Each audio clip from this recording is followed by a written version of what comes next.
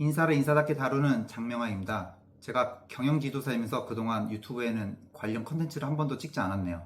그래서 이번에는 인터뷰 형식으로 왜 지도사가 됐고 뭐가 좋고 추천할 만한지에 대해서 편하게 얘기해 보도록 하겠습니다. 질문해주세요. 경영지도사 자격증은 어떻게 알게 됐고 왜 따게 된 거예요? 군대를 갔다 와서 경영 컨설턴트라는 직업을 막연하게 되고 싶다는 생각이 있었어. 그 당시에 40대 컨설턴트를 이제 만나게 됐는데, 그때 내가 그분한테 어떤 질문을 했으면은, 만약 컨설턴트님 10년 전으로 돌아간다고 한다면은 어떤 걸 준비해서 더 나은 컨설턴트가 되고 싶냐고 내가 질문을 했었어. 그때 그분이 박사학위를 따거나 경영지도사 자격증을 따면 더 좋을 것 같다고 대답을 해주셨어. 영업 관점에서 컨설턴트는 단시간에 경영자한테 이제 신뢰를 줘야 되는데, 학위랑 자격증이 있는 사람들이 자기보다 더 이쪽 컨설팅 시장에서 쉽게 자리 잡는 모습을 봤다고 하시더라고. 아무튼 나는 그 조언을 참고해서 2012년도에 이제 석사 과정을 위해서 입학을 했고, 그해 바로 경영지도사 시험을 봤지. 그래서 그해 운이 좋게 동차까지 붙었고, 실무수까지 완료해서 13년도 1월에 경영지도사 등록증을 받게 됐지. 경영지도사 자격증 딴 후에 지금까지 그게 도움이 됐어? 내가 사실 B2G 컨설팅을 안 한 지가 6년이 지나서 답변 먼저 하면 솔직히 잘 모르겠어.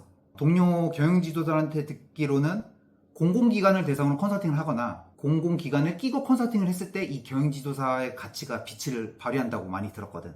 근데 내가 첫 직장과 두 번째 직장에서 워낙 페이퍼 작업을 많이 해보고 이게 나랑은 맞지 않다. 그래서 그 이후에는 중소기업한테 직접적으로 도움을 줄 수 있는, 그러니까 공공기관을 끼지 않고 그런 컨설팅을 많이 하다 보니까 경영지도사가 과연 나에게 얼마나 도움을 주고 있는지가 사실 체감은 되지 않아. 예전에는 명함에 경영지도사도 받고 경영 박사도 받고 돌아다녔었는데, 4년 동안 컨설팅 하면서 경영지도사시네요? 이런 질문을 4번도 안 받아본 것 같아.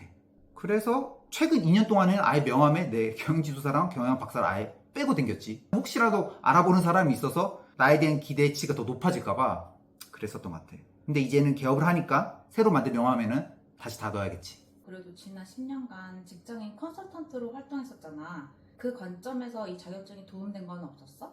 생각해보면은 컨설팅 회사에 취업하는 목적으로서는 도움이 많이 됐던 것 같아. 내가 두 번째 직장에서는 나라장터의 컨설팅 용역에 참가하는 컨설팅 회사였거든. 그때는 컨설팅 수행 인력의 맨파워가 되게 중요하거든. 거기서 경영지도사가 가점이 되는 자격증이라서 나를 뽑아줬던 것 같고, 세 번째 직장이 중소기업 상담회사라는 걸 만들고 싶어 했었어.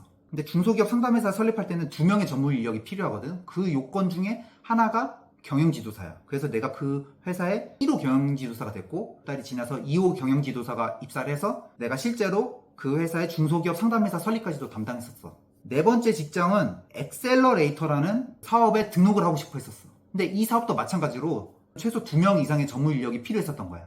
그러니까 내가 딱 요건에 맞았던 거지. 정리하면 나라장터에 참여하거나 중소기업 상담회사를 설립하거나 엑셀러레이터를 등록할 때 전문 자격사로서 경영지도사가 인정돼. 그래서 이런 컨설팅 업종에 취업할 때는 확실히 경영지도사가 의미가 있었던 것 같아. 지금까지 경영지도사 자격증을 동료 컨설턴트한테 추천해 본 적은 있어? 한 번도 없는 것 같아. 근데 경영지도사가 추천할 가치가 없다는 게 아니라 이제 효율적 관점에서 생각해 봤을 때 회사를 다니면서 경영지도사 공부를 병행해서 합격한 사례를 단 한 명밖에 못 봤어. 그러니까 만약에 공공기관 컨설팅을 계속할 계획을 갖고 있다고 한다면은 난 충분히 도전할 만한 가치가 있는 자격증 같아. 근데 시험 난이도가 계속 더 어려워지는 것 같아. 그러니까 직장 다니면서 쉽게 딸 수 있는 자격증은 아닌 것 같아. 그래서 만약에 나처럼 영업 목적으로 지도사 자격증을 따는 게 과연 바람직한가? 그 관점에서 질문한다면 난 비춘 것 같아. 왜냐하면 내가 학위도 자격증도 가져본 상태에서 제대로 영업을 해봤잖아. 근데 난 진짜 영업을 잘 못하던 컨설턴트였거든. 지금 와서 생각해보면은 그런 명함에 있는 어떤 자격증이나 학위 이런 것보다 실질적으로는 영업 스킬, 그리고 실제 컨설팅을 수행하는 실력, 이런 부분이 영업에서 더 자신감을 갖고 왔었던 것 같아서 단기간에 영업 목적으로서 이 자격증을 따는 것을 나 추천하진 않고, 그러다 보니까 나도 내 동료들한테 지도사 따라고 이렇게 먼저 얘기해본 적은 없는 것 같아. 그러면 동료 말고 20, 30대 학생이나 직장인에게는 경영지도사 자격증 추천해? 경영지도사에서 뽑는 자격 분야가 있잖아. 뭐 마케팅, 인사, 재무, 생산관리, 이런 분야로의 커리어를 생각하고 있는 사람이라고 한다면은 학생일 경우에는 추천해. 일단 학생 관점에서 먼저 대답을 해볼게. 나도 사실 20대 때 땄잖아. 그래서 요새 같은 취업난에 이런 직무 쪽으로 취직을 하고 싶다고 한다면 난 분명히 경쟁력 있는 자격증이라고 생각해. 다만 내가 컨설팅 회사 말고 다른 업종은 한 번도 취업을 안 해봤기 때문에 내가 얘기했던 이 직무를 제외한 다른 직무로서도 과연 이 경영지도사가 다 파워풀하게 먹힐 것인가에 대해서는 잘 모르겠어.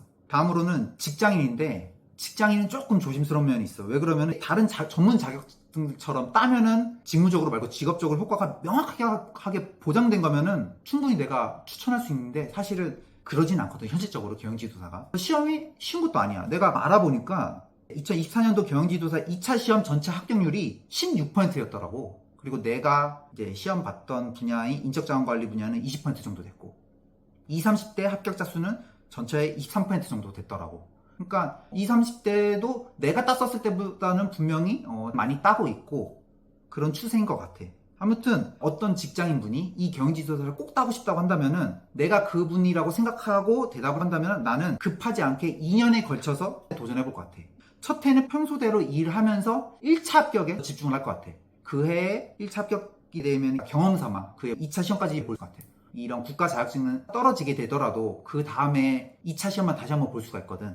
그 다음에는 2차 시험을 평상시에 일을 하면서 준비하다가 시험 보기 한두 달 전 정도에는 전략적으로 회사에 얘기를 해서 좀 더 공부에 집중을 해서 결국은 2년 차에는 합격하는 이런 정도로 생각을 해봐. 만약에 이 컨텐츠가 조회수가 100명 이상이 된다고 한다면은 현직 지도사 1명 그리고 컨설턴트 중에서도 경영지도사 되고 싶어하는 1명을 섭외해서 전화 인터뷰 형식으로 다음 컨텐츠를 한번 만들어 보면 좀 재밌지 않을까 이런 생각을 갖고 있어. 내가 이렇게 하는 이유는 일단은 내가 경영지도사고 내가 갖고 있는 자격증이 더 유명해지면 좋고 그리고 실력 있는 젊은 경영지도사들이 많이 이제 유입돼서 우리 중소기업들을 더 도와줬으면 하는 마음으로 이번 콘텐츠를 한번 만들어 봤어.